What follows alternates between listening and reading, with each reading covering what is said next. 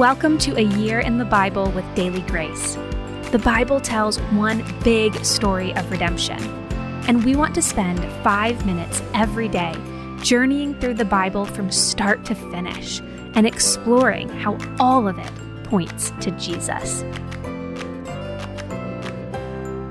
Hey everybody, welcome back to the A Year in the Bible with Daily Grace podcast. My name is Kristen, and we're continuing today to talk through the book of 1 Chronicles. So in today's reading, we pick up with David, who wanted to build a temple for God. God had told David that his son Solomon was going to be the one who actually builds the temple because David's hands were dirty from all the blood of his battles. But during Solomon's reign, there would be peace. And so God declared that Solomon would be the one to build the temple. But still, David wanted to help. And so he provided iron and timber and lots of materials to help out his son in the future. And at the end of chapter 22, we see this beautiful charge, father to son, David to Solomon. David tells Solomon, "Be strong and courageous in this work. Don't be afraid, but faithfully complete the work of God that he has called you to do." And he says, "Is not the Lord your God with you?" I love that. His encouragement to Solomon is not in the strength of Israel or the amount of gold, but in the presence of God. And in David's actions, we see that while David was not going to be the one who built the temple, he didn't just sit there the rest of his days with a lazy or apathetic heart. He worked hard to prepare his child for the work that God would have him to do.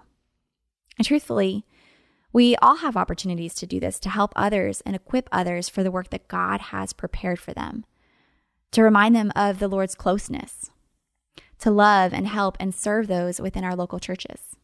Just because you may not be the main person on the church committee or heading up a ministry, it doesn't mean that you have no role there. You can help support others and pray, encourage, and in doing so, to honor God.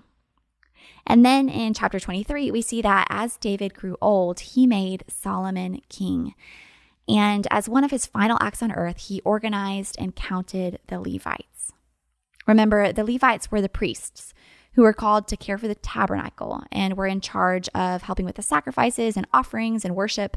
And David counted and organized them, which continues to chapter 24 with the organizing of the priests and chapter 25 with the organizing of the musicians. Also, as a little bit of an aside, I personally love that there's a whole chapter of the Bible focused on organizing and choosing musicians for worship.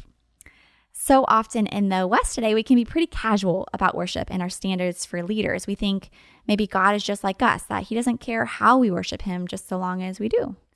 But in the Bible, we see that God does care. He cares deeply for the purity and holiness of his people.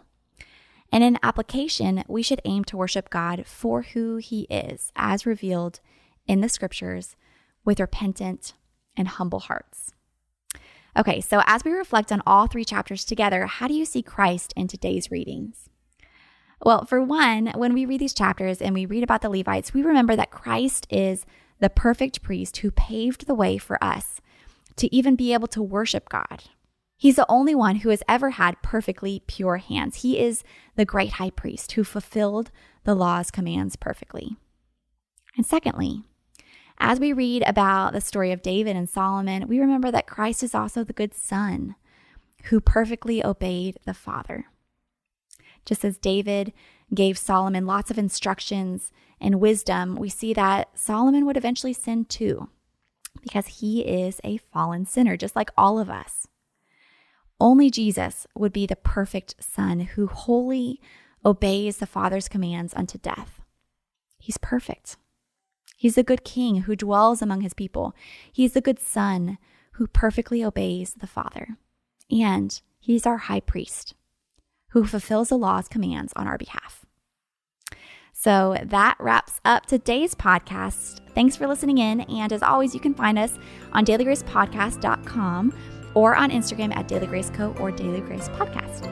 You can also find more resources, including our free reading plan at the Daily Grace Co. website.